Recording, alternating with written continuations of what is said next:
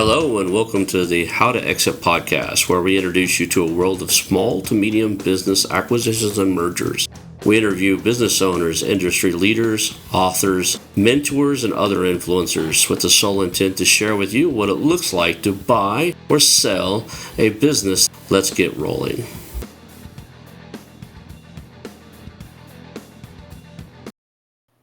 Hello and welcome to the How2Exit podcast. I'm Ron Skelton, your host. Today I'm here with Reg Zeller. Reg is the founder and CEO of CaneKast, a company revolutionizing the foundry industry across the United States. Welcome on the show, Reg, man. Thank you for being here. Hey, thanks for having me, Ron. I really appreciate it. I was telling you earlier, I like to joke around and say, man, you were born and some stuff happened and you ended up on a show. Could you fill in the gap on how you ended up on a mergers and acquisitions podcast? Sure. I always joke about this because where I grew up, literally farmers, beer truck drivers, electricians, etc. My dad went to college, pretty much the only one in his side of the family. My mom didn't. No one else until my cousins literally went there. So I walked into the easy way to sell this. I walked into the guidance office and talked to people about what I should go do in my life. They said, well, you like math and you like to solve problems, so you should go to engineering school. Fast forward that 17 years after corporate of going through numerous varieties of engineering, marketing, product management, M&A, general management type roles, decided that was really terrible advice. And I hated corporate America and doing that stuff. So ran into a bad boss and had done manufacturing really since 2002, pretty much when I graduated. It was in 4 different Fortune 500 companies, loved manufacturing. And I always make the joke, if I could drop it on my foot and it hurts, then I enjoy those types of businesses. I'm not a software guy by any means. And so just had the decision one day of, I'm out. I want nothing to do with this. No more PowerPoints, no more fancy suits. I just want to go jump in and make something here locally.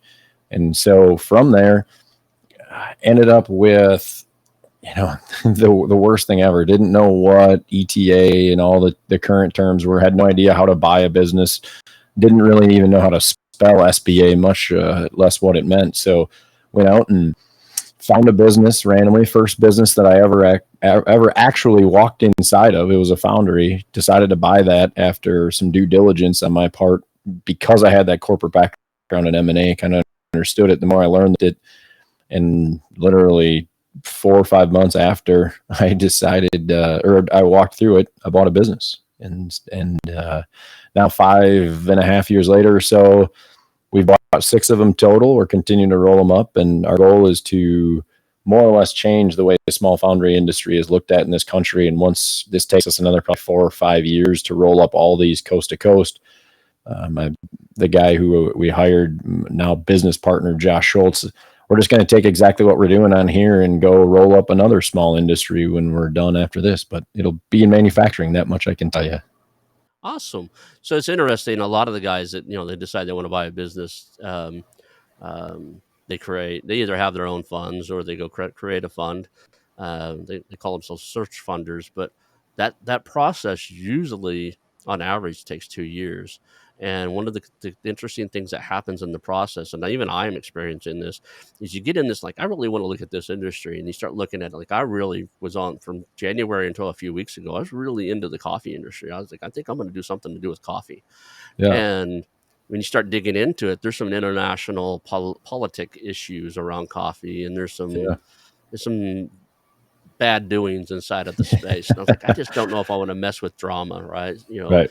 So, but that's what happens a lot of times is you get into something thinking, it's got good bones. It's a industry you want to be in. And when you start doing due diligence on it and finding things out and learning the industry, you're like, yeah, that's not it. And you end up buying something like a foundry or something because you go in and it clicks. So it sounds like I don't know if it was luck or what, you came across the first one you come across, like, hey, I can make this work. Yeah. We looked at a lot of different business listings. None of them really stuck out to me. Again, not a software guy. Didn't really want to do home services. I'd actually worked we'd provided electrical goods to the industry. So I knew what an electrician did. I provided thermostats to the industry. So I knew all about the HVAC industry. I loved what those guys were doing. Honestly, as I was going through corporate, I always envied them on that side of the table was like, I would much rather be sitting in your shoes than in my shoes. I just didn't want to have that because I didn't have that really background and experience. For me, I could utilize my manufacturing background. And Mm-hmm. that was the thing. Once I realized if I kind of separate all these pieces out, the concept or the general people talk about Porter's five forces or how you look at marketing, you think about customers, this is almost literally the opposite of what everybody would want to get into from search funds or what people would want to get into from private equity, micro private equity. And now we've created a space that private equity or micro private equity doesn't want to touch at all.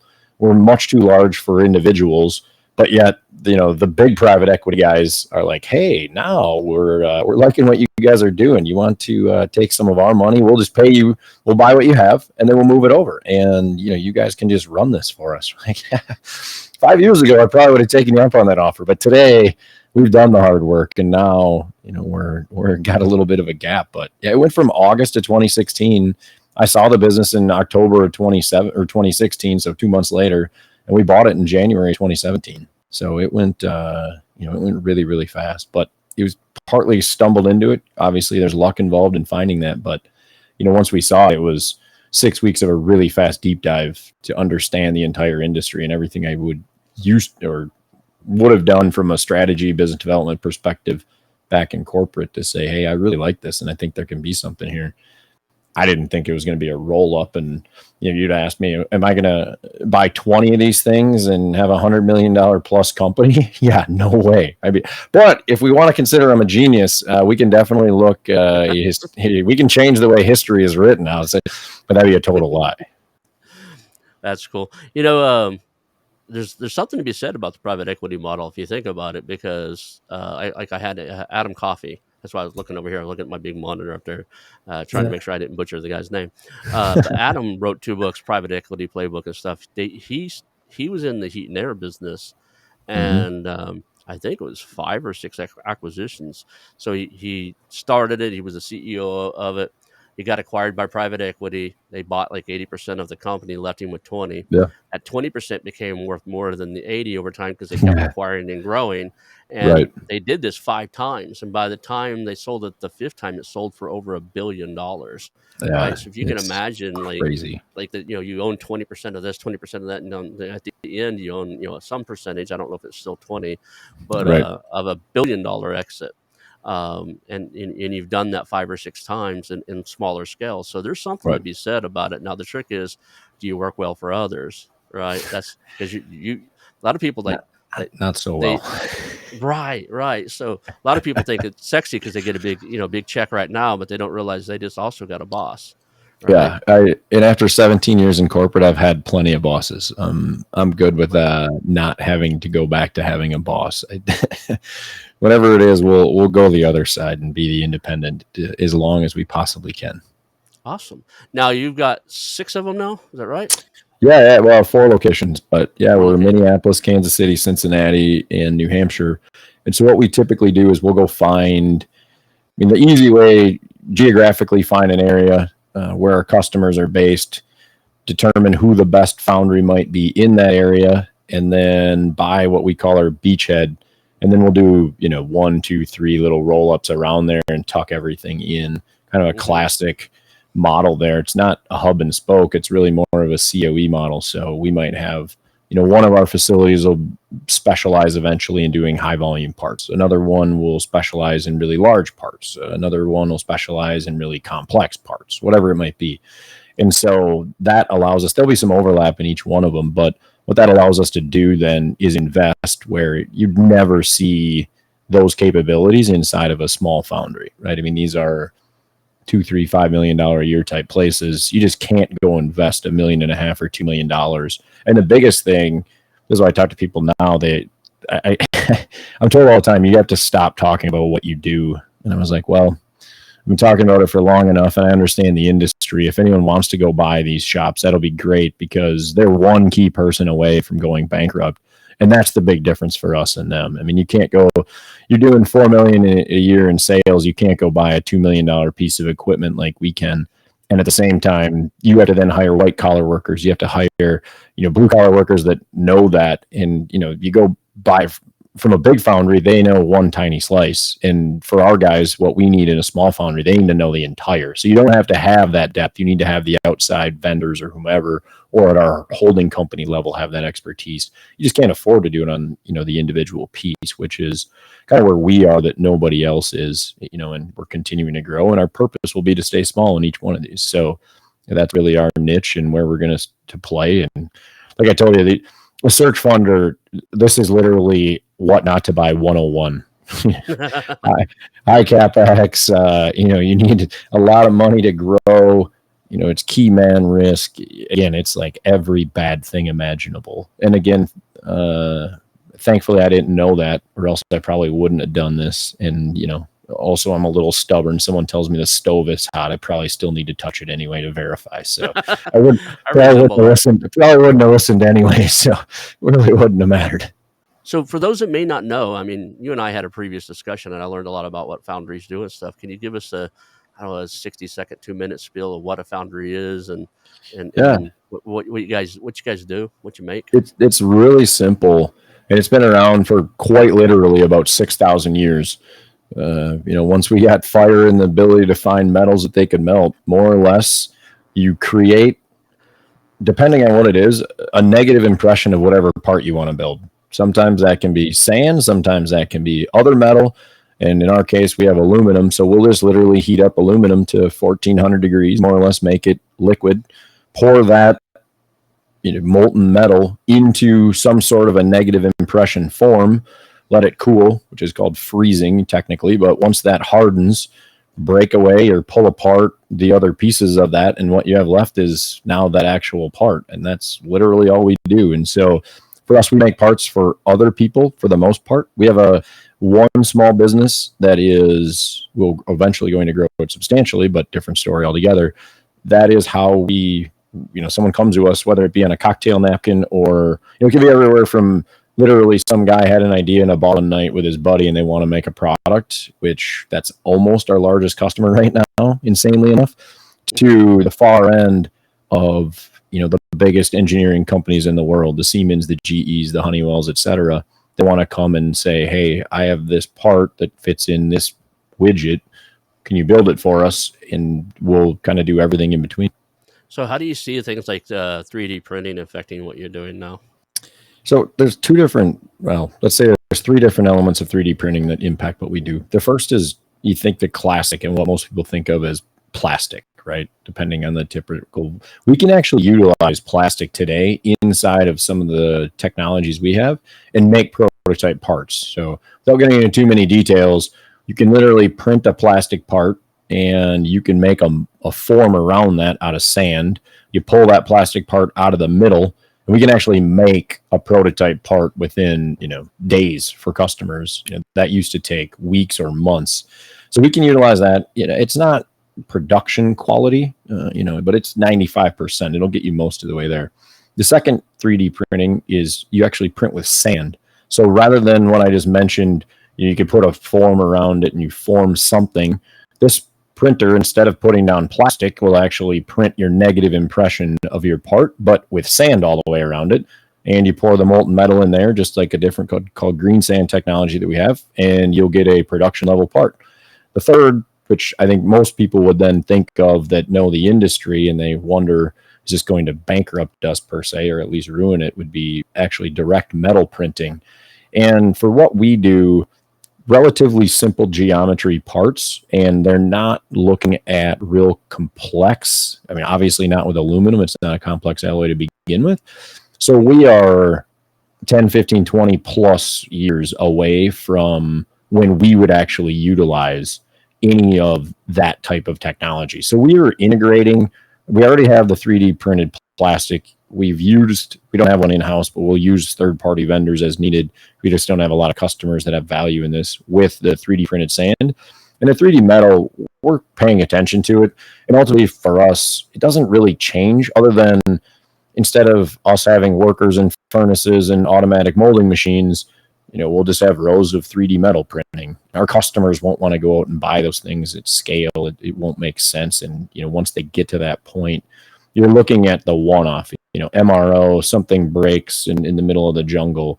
when you're doing a drill. Or I came from that world at GE where we were really doing a lot of that with aircraft engines. And there's elements of that, again, where you have that real complex geometry where saving ounces or pounds saves you millions of dollars a year. Different animal, not the type of parts that we deal with in my type of facility. So we're monitoring it, but I think it'll be after my career before it's something that will take a material impact from a direct metal printing. That's cool. So I heard you say a couple times aluminum. Are you guys making mostly aluminum parts? Or you guys actually blend alloys and kind of create different Yeah. metal So for different products? So we're technically non-ferrous. We do have some brass, bronze, zinc in our shops, depending on, but we're mainly aluminum. Part of the reason why I like buying aluminum shops over others is the history of bronze, as most people know, would be leaded bronze. And so if you have a shop that is from the 40s or whenever it was started, because a lot of these are 1940s shops, right? Grandpa came home from the war. The kids eventually took it over. And now either they're ready to retire in their 60s and 70s, or the third generation either doesn't want anything to do with it, or never had it, or wants to get out of it already.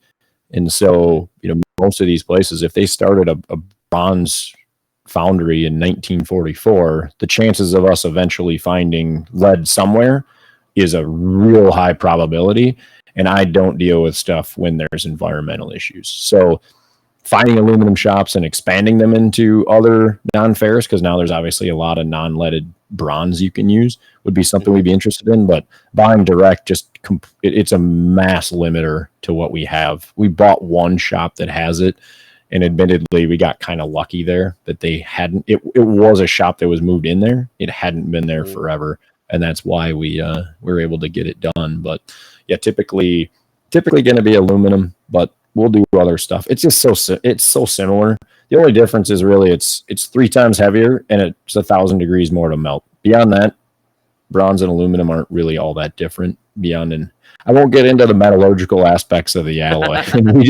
we just buy it off the shelf and melt it. We use pretty common alloys that are readily available.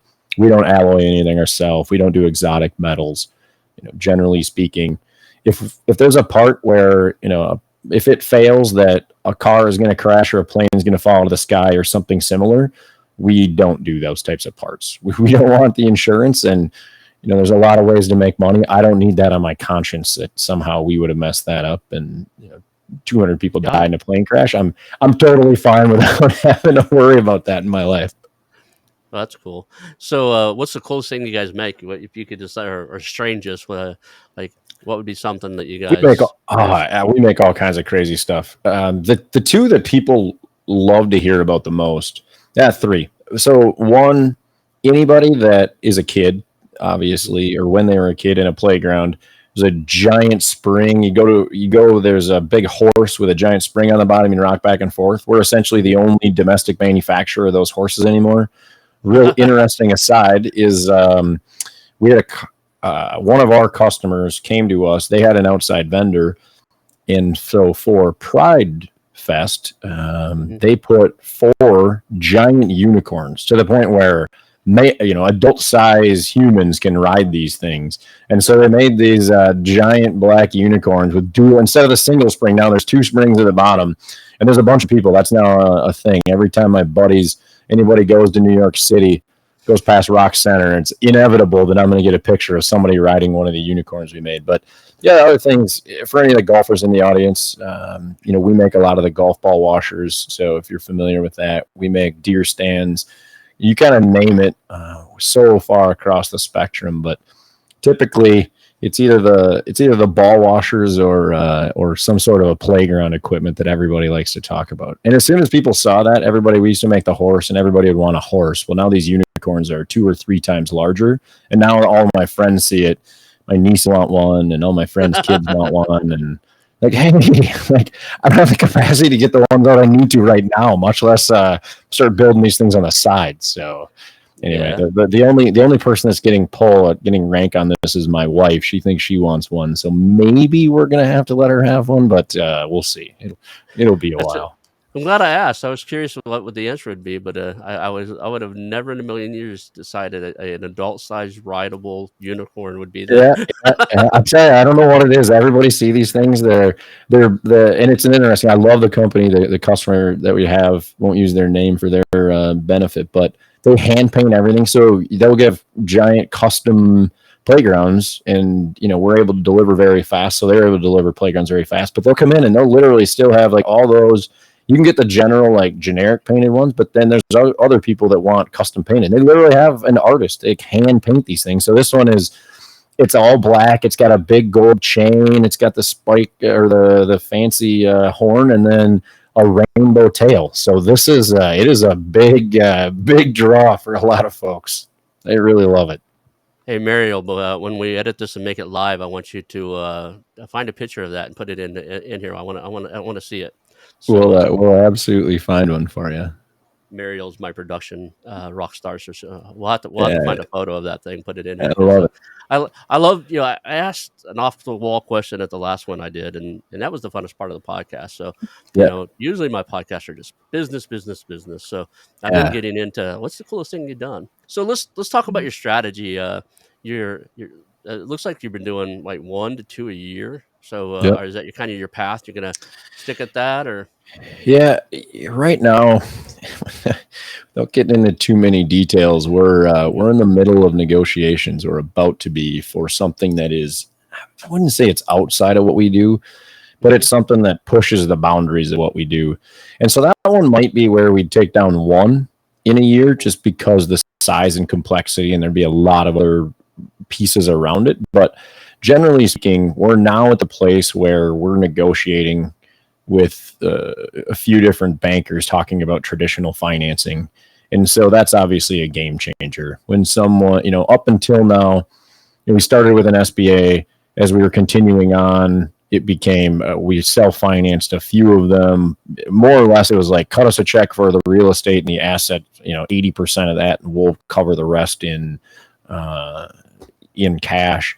The last few deals got really interesting because they were, as without saying anything, they're an impaired asset. Everybody else looking at it never would have been able to run them, because you'd have gone bankrupt your first year or two, simply because they needed a ton of work and money poured into them.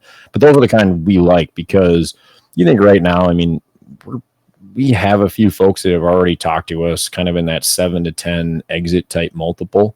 But Mhm. we're able to buy these things for 1, 2 times maybe. And so Yeah. we take those. We can go increase, because of our production systems and the people that we have and our know-how. We can a lot of times go increase profitability by 5x. And so you can do the math. You figure out, you buy any asset for 1x, your multiple is 10, and you increase profits by 5. It's pretty simple math to do. So right now, we're a little bit going off of that. And if you kind of think about, for us, it will be in that 2 to 3 per year. It'll probably ramp up to 4 or 5. I mentioned Josh Schultz earlier. He came on and is just an absolute rock star operator. I am just absolutely shitty as an operator, comparably speaking. I can do it, but hate it. He can do it, and he's awesome, and he loves it. So that's the good thing for him. When he pushes through this, he's able to create systems and processes now where we can just drop this on top of it, and within 2-3 months, we can have practically a foundry that the owners wouldn't even recognize anymore. And so that will be our strategy as we continue on. We may go a little bit off kilter here. I'm trying to justify in my head whether this is something that it's worth doing. But, beyond that, once we get it, we'll go back onto that. You'll buy at least 1, if not 2 of these beachheads a year. And then, another 1-2 tuck-ins. You won't do the same ones. We wouldn't buy a beachhead and then immediately buy a tuck-in and stick it inside. It would be, we'd buy a tuck-in for a different one that we bought last year, let's say, and then we'll buy a new beachhead and get those up and running, and then kind of go that through. But, ultimately, it's 10-ish locations across the U.S. And like I mentioned, we've done 6 Mhm. of these. We'll have to do another 10 to 15. But, by the end of that, it's in excess of 100 million in sales. So it's an interesting business, and it can't be replicated, which is why I keep talking about it, because, like I said, It'd be a fun nightmare for everybody else. I wouldn't. There's a lot. Let's put it this way: we love it. There's a lot easier ways to make money in the world. There's a lot better businesses to buy. I wouldn't recommend people getting into this, but I used to say that about real estate all the time. It's a tough way to make an easy living. yeah, it is. Yeah, it's people look at it now. They're like, "Oh, I want to do what you do. How do I get in?" I was like, "Well, again, it's for the first 5 years or 4.5 years, it absolutely sucked, and now, we're an overnight success, 5 years in the making, or whatever they call it. Even though we're not even close to being successful, or not even near where we need to be. We're just feels like we're in like the second or third inning of this thing." Awesome. So you mentioned something earlier in your previous statement, talking about buying these. Let's talk about the real estate and the acquisition cost. Do a Mhm. lot of the facilities you buy own their real estate? I personally, I really want it. I'm a little, and I get this every time I talk about this. If I put this out on Twitter, if I talk to anybody, and I always joke, like the finance bros, like the guys that run everything on Excel, are going to jump down my throat. I'll have 30 DMs about how dumb I am. I shouldn't be buying the real estate. It's not a good cash on cash return, all this stuff. And I totally understand where you're coming from. I get it, whatever. But for us personally, our ability to control our own destiny, especially with Foundries, really helps us. It's a hard business to get permitted, to be able to run, etc. And I don't want someone to be able to determine, oh, hey, once we get this all built out, we have everything there, either to say, well, now you're the only person that we're going to have in there. We're going to obviously take over your rent control. Or the other side of this, which is someone's like, I'd rather build a hotel here. Or I'd rather have we joke about this. I went and tried to buy a large facility in the Northeast up in New England because they said, oh, yeah, we bought this out. We have an industrial park. We really want to find people. And I was like, this is perfect. I'd like to buy like 40, or I'd like to get like 40 or 50,000 square feet.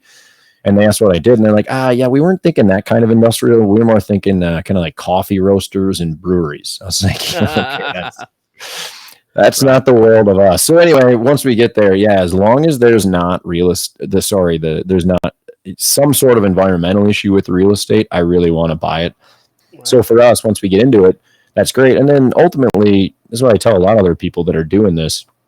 If you're not being held back by the way you're being financed, or you're not being held back by your cash, and I would understand if people are, this is a way to diversify what your investments are. And certainly, if you fast forward 5 years, 7 years, 10 years, whatever, we've already talked about the only exit that we would have right now is a big strategic buyer or a private equity firm. Well, neither one of those two are going to want our real estate. So if you think about that, real estate's paid for. Let's say it's 300,000, 500,000, whatever square feet of $5 per square foot triple net lease. That doesn't suck either. That feels like for the rest of time, I'll take that annuity and not be too upset about how that works. And that thing will kick off cash. Or, again, you can resell the real estate as well at that point in time. So as long as we have the funding to go put money down on the real estate, it kind of is a no-brainer for us to go buy that. Partly diversification, partly long-term annuity. But at the same time, it's not hurting us. Right. I could see the argument. This is where I get it. Like we don't want to go do infinite things. We are very, very focused. Josh and I talk about this all the time. We'll eventually go do a lot of things, but first we're going to go build this thing out, and we're going to be the best at what this is. And we're going to have blinders on until we get there. And then once that's all taken care of, and you're kicking off, 8 figures a year in free cash flow, that makes a lot of things a lot easier to go figure out how to fund and finance. You just need to stay focused. I've just seen too many people that go build fiefdoms or go be distracted by the shiny object, and I'm a major sufferer from shiny object syndrome. So it's a lot of focus for me to not go chase down every random thing that looks like a good business to buy. So let's talk about your long-term strategy, right? Is this a buy and hold? Do you guys plan on exiting in 5, 10, 15 years? Do you know right now, or you're just playing, if you were to ask me right now, I don't think we're going to sell. There's 2 reasons for that. One, it's kind of illustrated overly simplistically. Once you find something that's kicking off cash flow, I love the idea of going to do something with it. And if you've built all the systems around it, obviously this thing is going to be an exceptionally complex holding company structure anyway, so we're protected. It's not like one thing can happen and we can lose it all. there's a lot of reasons why. Then, I hear horror stories from so many people of they had a great business, they loved what they built, and then they spent, after they sold it, the next 30 years of their life going to chase essentially what they already had. And so, is it going to be life-changing money? I don't know. I don't spend the money that we make now, really. So I don't know what I do with it. I love, I worked in corporate. I could have stayed there and retired and been, perfectly fine monetarily, but I was miserable from a personal and, kind of career standpoint. And I've created the exact job I wanted now. It took a few years to get here. And I've told Josh this many times. It was always 2-3 steps forward, 3-4 steps back, 1 step, who knows? It was always one of those things. And now it's, we're finally getting to the point where I was able to bring Josh on, and he loves being the operator. I get to be the one that just goes to buy businesses, really. That's the job that I love. I love the strategy. I love what this is. So, for us, he's going to go build all these systems, like I mentioned, and we'll go find the next industry to roll up after we're done with this, would be my best guess. And we'll just use the cash flow out of that to go figure out the next thing. And I think beyond that, my wife and I don't have kids. I tell everybody this. So, ultimately my team that builds this is going to inherit this. So, ultimately, before this is all said and done, this isn't going to be my decision. I'm assuming this will end up in a trust or, something I don't even control, hopefully long before I'm gone. But, I really want to see something where the assets are protected. And if there's excess cash, if there's excess profits, the families can have that. But we've created something that fundamentally has changed, first the small foundry industry in this country. And then the next thing is going to be, the next industry. And I keep saying this. I fundamentally believe in small local manufacturing. I think there's a spot for it everywhere. That's not a knock on China or Mexico or anything else. I just think that there's reasons to have it in each of these places. And so I think we'll be able to continue to do this. And, I always joke about this. It goes from, I don't know whether it's a legacy first or a dent in the universe second. Some of my buddies argue about this back and forth, but I want to fundamentally change how this thing works in this country. So I don't see selling it helps that, to be perfectly honest. I love it, and I love that the vision is, at some point the employees own it, right? Or the team that helped you build it owns it. So, that could look like an ESOP. It could just look like a trust that owns and manages it, and the employees have their jobs. There's all kinds of different ways, I guess, you could structure something like that. But it's great to have that vision, because, to be honest, there's 2 different ways of running it. To be blatantly honest, if you were running this to sell it in 5 years, there's a lot of things you should be doing that would be different than, hey, I'm just trying to run this thing, grow it, and not pay the tax man as much as as much. So if you see me fidgeting a bunch, my back is pitching a fit. So no worries. I'm all moving myself around a lot because for some reason my lower back is killing me. Cool. Yeah. So, but to your point, I mean, there's specifically that's one of the things that we talk about because of the way we think through this. This is what Josh and I talk about. This is the year of, we call it kind of the year of the process, the year of fixing stuff. And he's relatively new still. He hasn't even been here a full year. But I told him, I'm not worried about making money this year, next year. I'm not worried about optimizing any of that. I want to do all the things right now so that in 15 years, 20 years, whatever, this company is bulletproof. We've done all the things. We put the money in now. Why wait 3, 4, 5 years to go install a piece of equipment that we could be utilizing now? Sure, maybe it makes it a little more difficult today, but it makes us that much better 3, 4, 5 years. I tend to be relatively risk averse anyway, but I understand it enough to believe that we're making smart bets. Granted, we still need to see the return on investment and all the rest of that. Don't get me wrong, but there is some risk mitigation elements to that. And there are also some things that make us more of that one of one. And the more things we put in there, I'll give you some examples. We're talking about doing like a lights out level foundry, which is unheard of in small foundries. It's literally like you'd never see it. Well, first of all, you couldn't afford it. No one would even give you the money for it. But we're talking about like, how do we figure that out? I want one in 3, 4, 5 years. What does that mean? Okay, that means that we need to have someone who really understands robotics and automation and all that. Okay, well, keep backing that up. What does that mean? It means we need to hire a CTO probably now or within the next 6 to 12 months. And next week, we're literally talking with a guy who would be one of the best CTO candidates imaginable. He has the cybersec background. He understands robotics. He's done a lot of these packaging And yeah, it's going to be a little different in a foundry. These people don't really exist in foundries today. So, we'd be willing to spend the money today and have that person walk through right from the very beginning with us, such that 5 years or 10 years from now, we're the only people that are able to do this. And I'm willing to make that, I don't care if we sell it in 3, 4, 5 years, as long as we don't bankrupt the company. Right. I don't need, I'm taking out the IRS mandated minimum out of the company today anyway. That's all I've ever taken out, pretty much, to pay the taxes. So it's ever going back in, because like I said, this is about the job I love. And I couldn't say that more. It's let's go do that. Tax optimization or any of that, I'm like, yeah, okay, well, let's make sure we don't run out of cash. That's it. Right. We're ready. Let's be on that. Let's go build something really cool. What is your, like, kind of, without, I know there's some industry specific type of things, but what is your selection criteria? Are they need to, like, I know you said that you're kind of branching out geographically. Yeah. Is there a size, like they need to be 7 figures? They need to be, so many employees, or, what is the Yeah. I mean, selection for criteria us, on we your just search? really need, overly simplistic, what we want to do. Big customers don't care. They don't care where in the country we build. They just want to make sure they have a quality product delivered on time. That's it. The rest of it, whatever. They actually like the fact that we have multiple facilities, because that's risk mitigation. If one facility burns down or something breaks or whatever, we can pick up their pattern, ship it to another of our foundries, and still be making product the next day. And so that, big customers are fine. Small customers, this is kind of why we're geographically dispersed.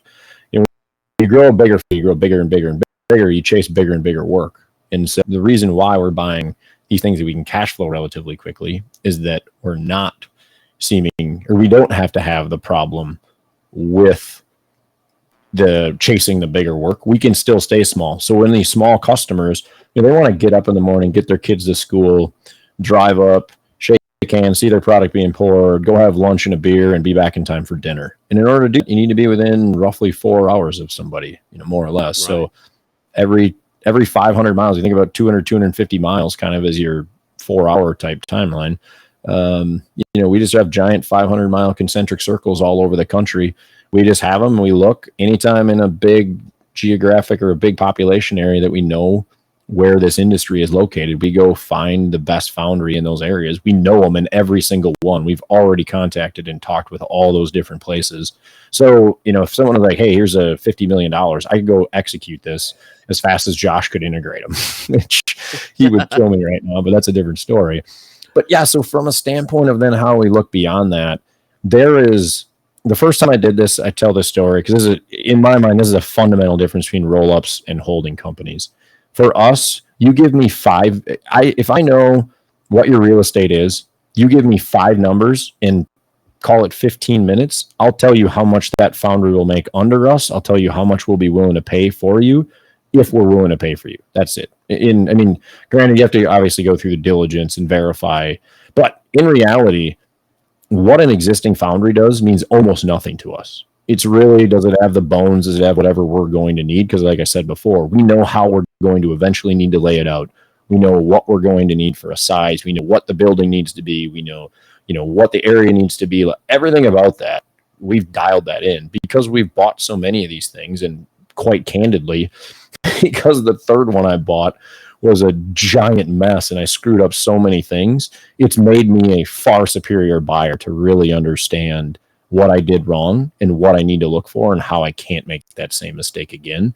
And so, this is why whenever we paint it, it is such a strict criteria for what we look for. And anything that's outside that criteria, I will spend weeks, months, whatever, understanding, can I make that something that's inside of our criteria?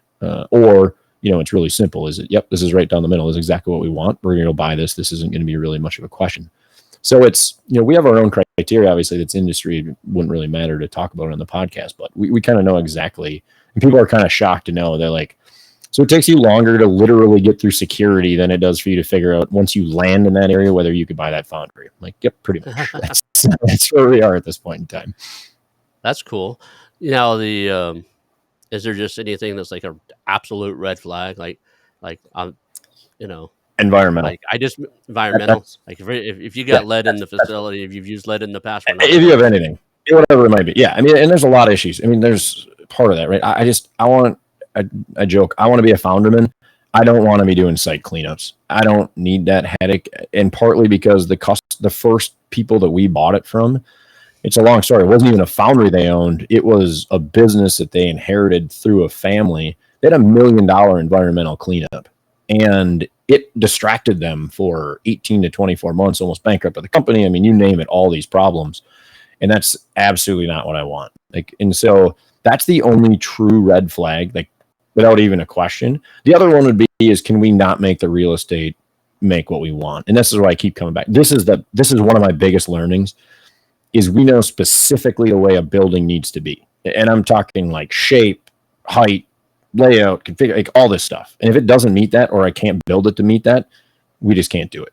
I mean, we can do it as a tuck-in, but we can't have that as a beachhead. So, I don't, again, if I'm just buying it and moving it, I don't care. The other thing, I mean, generally speaking, cultures are really hard to figure out. There are some times, like if we talk to a foundry owner that cuts corners, the guy that takes cash under the table, does weird stuff like that, or, the employees, they're saying one thing, they're not doing the other. They're like, oh, I'm not really worried about, like, if there's any type of that impropriety, it's just not worth it for us. Other than maybe at best to buy it. Because again, people are like, oh, well, yeah, you could move that in. I'm like, well, I don't know I don't know if those customers are any better than what the foundry is, right? I don't want to buy those types of folks in my life. So it's really, I've learned that customers, at least in my experience, the customer base is fairly related to the behavior of the company, right? Agreed. So any customer, like there was an architectural firm in Texas I was looking at, and in my due diligence, I figured out that the guys that run it managed by screaming and yelling and kicking trash cans. I talk about this a lot on the show. I don't know how to manage that way, and I don't know how to hire somebody to manage that way because I've never done it and I don't approve of it.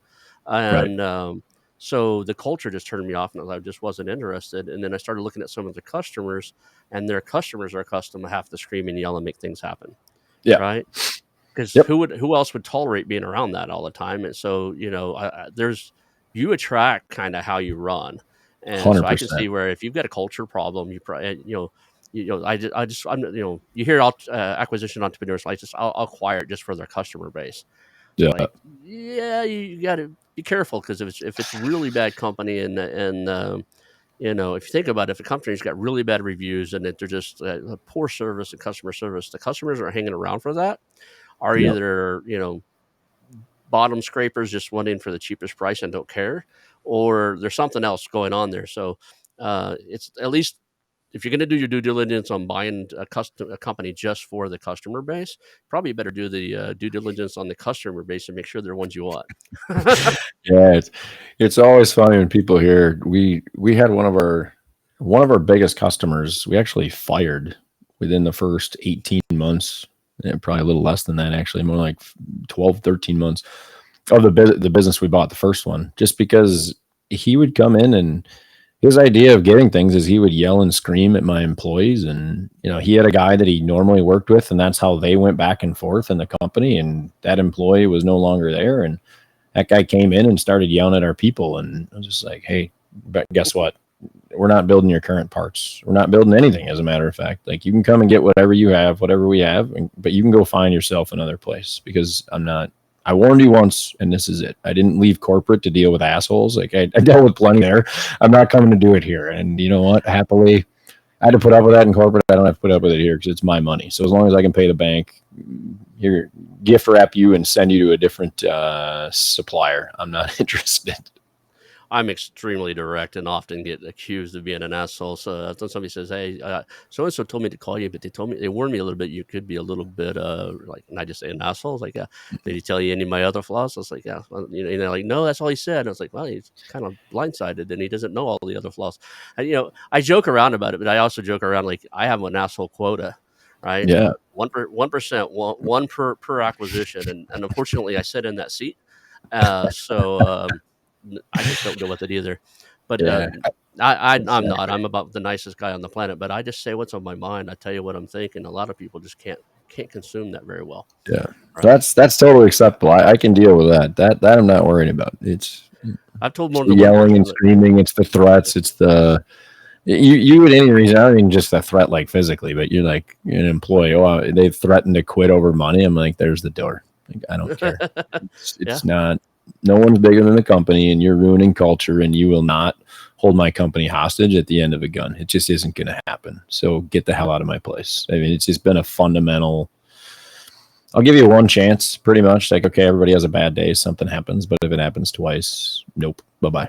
So, but then that's part of it. I think everybody that's buying a business needs to clearly understand that you can't have key man risk. It's such an important. You just can't buy a business and then let one person be as important or more important than the business. It just you can't let that happen. Just from a risk management standpoint, you can't do it. But You can't. that's the got to solve that. I refer to them as poison pills, right? They taint Yeah. everything around them, right? Yeah. I had a contractor that was working on with a group of people, and he called me up and said, "Hey, you got to let all these guys go. They're idiots." I was like, "No, no, no, no." And he says, "Well, you haven't liked me from day one." I was like, "No, I take you to coffee, I take you fishing. Problem is, you're the idiot, and you need to get off my job site, right?" And I'm just really direct. And so I was Yeah. like, "You need to get off my job site. Come get your final check." Well, I thought we were friends. I've known you for 10 years. I was like, we are friends. I'll take you fishing and stuff. You just won't work on any of my job sites anymore. Right. You treat people horribly. You do your work is half what you told me your half the capabilities you told me you could do. And I'm done with it. So Yeah. yeah, you got to be I joke around like I have an asshole quote of one, and it's me, but it's just because you got to be direct in business, right? There's Yeah. just I honestly believe there's no such thing as a bad employee.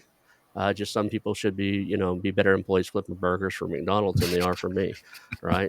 Right. So, They can make money somewhere, just not in yeah, my place. Yeah. man, Yeah. That's you'd be great at something. It's just not whatever you're doing here, bud. yeah. And it, it sounds cold, it sounds harsh, whatever, but it's just the nature of business.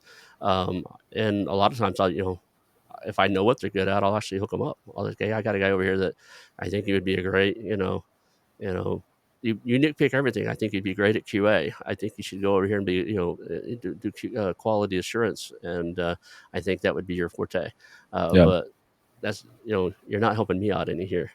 Right. So anyway, we're actually at the top of the hour. We have 5 minutes left, 6 minutes left at best. So um, what if you could just leave one big takeaway? Like, hey, if you don't pick up anything else from our conversation, pick up this. What would you Yeah. say that should be? So help me out with your audience. What is kind of the mix of your audience? I'll try and tailor it to that. I would say about 85% of the guys out there listening to the show are acquisition entrepreneurs. Either they're doing what you do, they've already got a few, and they're looking for their next acquisition, or they're just getting started. They're search funders, they're looking for their first deal, and they're out there, analyzing industries and trying to pick the first one up. So Yeah. it's a mix of those guys, and the rest of them are PE and advisors and stuff. Yeah. Yeah. So, all right, we'll tailor this to probably the first, I don't know, within a year or two of either you're looking or within a year or two of buying.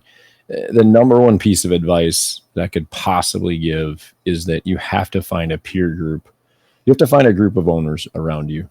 You need to have your core group of people are essentially doing the same thing. So if you're searching, have them be the same thing. They're also searching. You guys can compare notes and talk about it, because the day that you take that job, it's the loneliest job in the world, and it's the worst job in the world, because you grow up in all these companies and, joke about you and your buddies sitting at the cubicle could make fun of the idiot that was running the place. And that person is gone. That person is you, and everything lands there. So as of day one, you need to have that peer group, because it won't matter. I've got a great group of guys that I talk with on a regular basis, and we're at slightly different versions. Some people have been in it a little bit longer, some people a little less, but multiple business owners.